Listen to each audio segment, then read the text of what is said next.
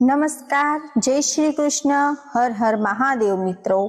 જો તમારા દીકરા કે દીકરીના લગ્નમાં કોઈ મુશ્કેલી આવી રહી હોય અને તમારા દીકરા કે દીકરીનું માંગવું ન આવી અથવા તો કોઈ બાધા આડે આવી હોય કે લગ્નમાં કોઈ મુશ્કેલી આવતી હોય તો અને લગ્નના થવાના કારણે લોકો મેના ટોણા મારતા હોય તો આ વિડીયોની અંત સુધી જરૂર જોજો। 100% તમારા દીકરા કે દીકરી કે બીજા કોઈના પણ લગ્ન જલ્દી થઈ જશે। તો મિત્રો, અમે જે આ વિડીયોમાં ઉપાય બતાવવાના છીએ એ જો તમે કરી દેશો તો તમારા દીકરા કે દીકરીના લગ્નમાં આવતી બાધાઓ અને મુશ્કેલીઓ દૂર થઈ જશે। જો તમે આ ઉપાયો કરી લો તો તેમના લગ્ન જલ્દી જ નક્કી થઈ જશે। મિત્રો, વિડીયોમાં આગળ વધતા પહેલા જો તમે ઈચ્છતા હોય તો માતાજીની કૃપા તમારા પર અને તમારા પરિવાર ઉપર બની રહી તો વિડીયોને લાઈક કરી શેર અને કોમેન્ટ બોક્સમાં જય માતાજી તથા હર હર મહાદેવ જરૂર લખી દેજો। તો મિત્રો, દીકરાના લગ્ન કેમ નથી થતા? ઘણા પ્રયત્ન કરવામાં આવે છે પણ છતાંય દીકરાના લગ્ન નથી થતા। ઘણીવાર જગ્યાએ વાત કરી હોય પરંતુ એની વાત બનતી નથી। તો શું તમારી પાસે એવા કંઈક ઉપાયો છે કે જેથી તમારા દીકરાના લગ્ન થઈ શકે? અને જો તમારા ઉપાય કરવાથી જ લગ્ન થઈ શકે તો મિત્રો, આજે આપણે આ વિડીયોમાં એ જ ઉપાય વિશે વાત જણાવીશું જેનાથી તમારા દીકરાના લગ્ન આરામથી થઈ જશે।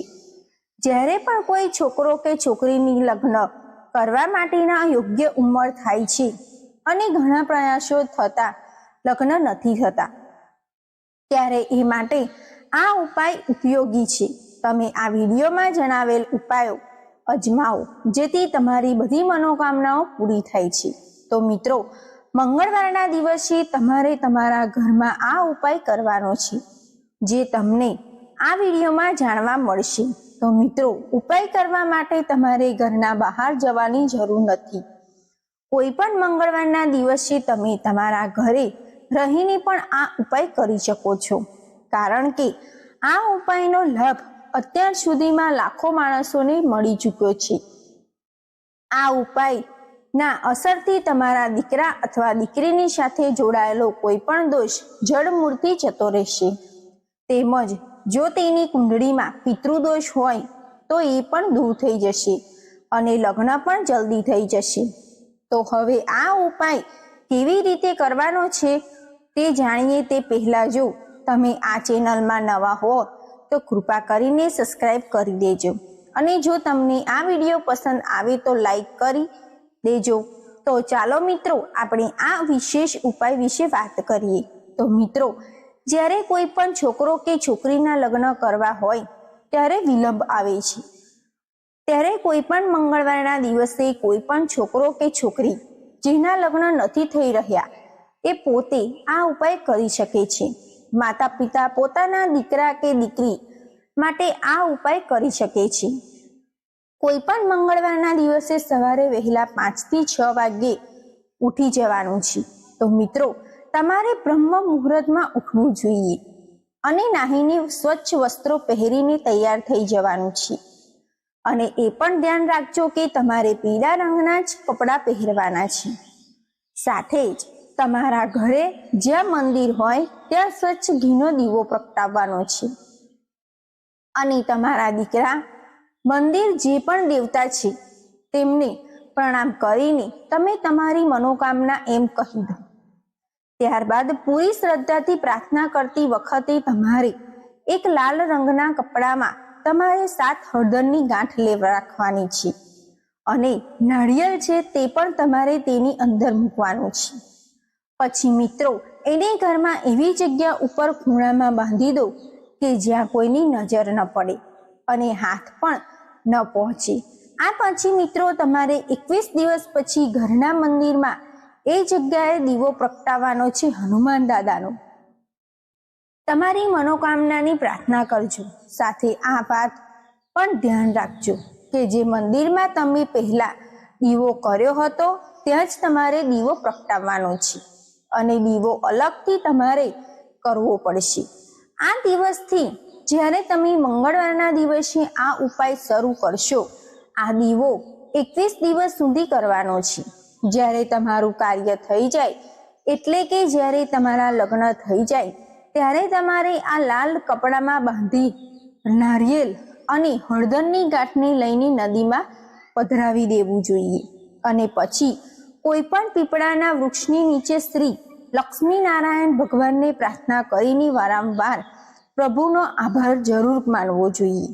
તો મિત્રો, આ ઉપાય બહુ જ ચમત્કારિક છે અને તમે કોઈ પણ મંગળવારના દિવસે કરી શકો છો. મંગળવારે આ ઉપાય કરશો તો કુંડળીમાં જે દોષ છે તે બધું જ છૂટી જશે અને શનિ અને રાહુના દોષ પણ દૂર થઈ જશે. આ ઉપરાંત કોઈ પણ મોટો દોષ હોય તો તે પણ દૂર થઈ જશે અને બહુ મોટો મંગલકારી સંયોગ બની જશે.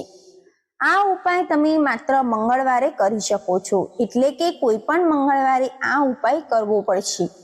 જો તમે મંગળવારે આ ઉપાય કરી લેશો તો હું હનુમાનજી ઉપર પૂરો વિશ્વાસ રાખું છું કે તેઓ તમારી મનોકામના જલ્દી પૂરી કરશે. તેથી તમે સાચી શ્રદ્ધાથી આ ઉપાય જરૂર કરજો, જેથી તમારા દીકરા માટે આ ફાયદો થાય. દીકરીના લગ્ન જલ્દી થઈ જશે. તો મિત્રો, ક્યારેય બધું બરાબર થાય ત્યારે પણ લગ્નમાં વિલંબ થાય છે. જ્યોતિષ શાસ્ત્ર અનુસાર ઘણીવાર કુંડળીમાં ખામીના કારણે લગ્નમાં મુશ્કેલી આવે છે નબળા ગ્રહોને કારણે. લગ્ન જીવનમાં હંમેશા કેટલીક અડચણો આવે છે. આવી સ્થિતિમાં લગ્નમાં કોઈ પણ અડચણો ન આવે તે માટે કેટલાય જ્યોતિષી ઉપાય છે. જો તમે લગ્નના પ્રસ્તાવ માટે જાઓ ત્યારે થોડોક ગોળ ખાઓ અને પાણી પીઓ. આથી તમને ઘણો ફાયદો થશે. દરરોજ સવારે સ્નાન કર્યા પછી બ્રહ્મ મુહૂર્તમાં ઓમ સૂર્યાય નમઃ મંત્રનો જાપ કરો અને સૂર્યને જળ અર્પિત કરો. જ્યારે દુલ્હન મહેંદી લગાવતી હોય ત્યારે જો યુવતી મહેંદી લગાવે તો તેમના લગ્નનો માર્ગ જલ્દી ખુલ્લો થઈ જાય છે. તમે સ્નાન કરતા પહેલા પાણીમાં 1 ચપટી હળદર નાખી લો.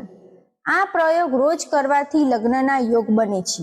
સાથે એમાં ભગવાન શિવ અને પાર્વતીની પૂજા પણ કરો. શિવલિંગ પર કુમકુમ સાથે કાચું દૂધ ચઢાવો અને તાંબાનો ચોરસ આકારનો ટુકડો જમીનમાં દાટી દો. આ કરવાથી સૂર્યગ્રહમાં આવનારી સમસ્યાઓ દૂર થશે. તો મિત્રો, ગુરુવારે 2 લોટામાં પેડા પર થોડી હળદર, થોડો ગોળ અને ભીની ચણાની દાળ ગાયને અર્પણ કરો. જ્યાં તમે સૂતા હો તે પલંગની નીચે લોખંડની કોઈ પણ વસ્તુ કે કચરો ન રાખો.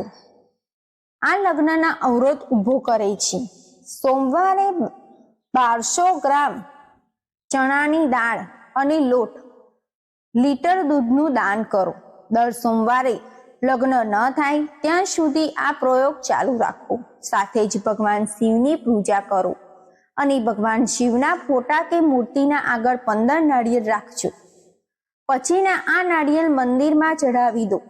જો મિત્રો, તમને જલ્દી લગ્ન કરવાનો વિચાર હોય તો આ ઉપાય જરૂર અજમાવો. આથી તમારા ઘરમાં શરણાઈ ઢોલ નગારા વાગશે. તો મિત્રો, લગ્ન કરવા ઈચ્છતા હોય વ્યક્તિએ ગુરુવારના દિવસે વ્રત કરવું અને કેળાના ઝાડની પૂજા કરવી જોઈએ. પીળી વસ્તુઓનું દાન કરવું પણ ફાયદાકારક હોય છે. ગાયને ગોળ મિશ્રિત ચણામાં લોટના હળદર મૂકી ખવડાવવી જોઈએ. શક્ય હોય તો વિષ્ણુ ભગવાનનો મંત્રનો 108 વાર જાપ કરવો. તે મંત્ર છે ઓમ નમો ભગવતે વાસુદેવાય નમઃ. તેનાથી લગ્નમાં આવતી અડચણો દૂર થાય છે. તો મિત્રો, જ્યોતિષ શાસ્ત્ર મુજબ લગ્નની સમસ્યાઓ દૂર કરવા માટે 6 મુખી રુદ્રાક્ષ પહેરવાનું ફાયદાકારક છે. આ રુદ્રાક્ષને ભગવાન કાર્તિકેયનું સ્વરૂપ માનવામાં આવે છે અને આને પહેરવાથી લગ્નની સમસ્યાઓ દૂર થઈ જાય છે. નિયમિત રીતે શિવલિંગ પર જળ અર્પણ કરવું, સાથે ગાયનું કાચું દૂધ અને બેલીપત્ર પણ અર્પણ કરવું. પછી ભગવાન શિવને તમારી મનોકામના કહો. બીજી બાજુ કુંવારા યુવક યુવતીઓને જેમને નોકરી અથવા અભ્યાસ માટે ઘરેથી દૂર રહેવું પડે છે તેઓ સામાન્ય રીતે ભાડાના ઘરમાં મિત્રો રહેતા હોય છે. જો તમે પણ આવી રીતે જીવી રહ્યા છો તો લગ્નમાં અવરોધો દૂર કરવા માટે તમારે મનપસંદ જીવનસાથી મેળવવા માટે બેડ બારણાની નજીક રાખવું જોઈએ, જેથી તમને જલ્દી મનપસંદ જીવનસાથી મળી જાય.